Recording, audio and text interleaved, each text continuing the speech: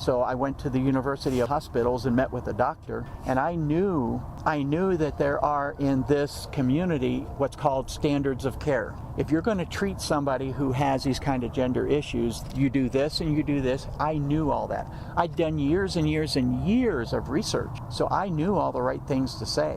I knew what they were looking, and this guy didn't know anything, but he was a doctor. So obviously I can sell, because before that one meeting was over, I had a prescription for drugs, and he was giving me something that would bring up the female hormones and the female side and give me something that would downplay the male side.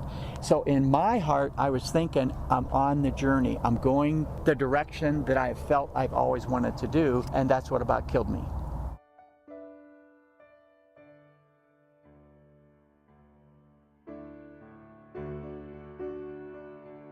Do I want to be a 60-year-old woman? Is that how I want to spend? I don't care. I want to be me. I thought, I'm finally living, and I thought, oh, I wish I could have. You can't have those years back. You can't go back and wonder what would you have been like if you'd have been a woman since you. It doesn't matter. I wasn't. I am who I am now. When I moved in here, can I do this? The reality was, what if I finally now have gotten on the other side of the fence?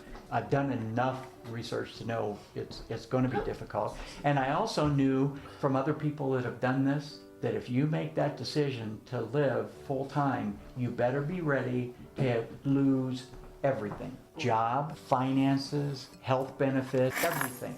If you are not prepared to lose it, don't do it. Because in all likelihood, everything you held dear is gone. Am I ready for that? Yeah, I am. So I moved in here, but in the back of my mind, what I kept thinking was, what if I do this? What if I'm finally now living as the woman that I've wanted to be my whole life, and I find out it's not what I thought it would be? That the reality isn't what the fantasy imagined, which happens so much. In the back of my mind, I was so, what if? And I came to the realization that if I get there, if I get to the point that I'm now living as a woman and I realize I've made a mistake, then I realize I have just thrown away my whole life, because I've only been fantasizing, obsessing about this for decades. I would have ruined everybody else's life I touched, but I would have to admit I screwed up. I would come to the peace that I have lived the way I wanted to, realize that wasn't it. I would have to go back and admit to everybody else I was wrong. Could I do that?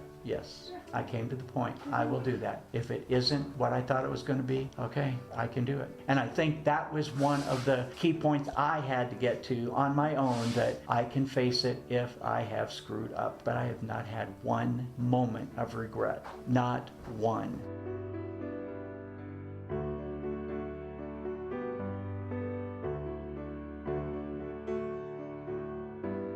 When Chris came into existence, that I really started to get that point of your life's what ahead of you.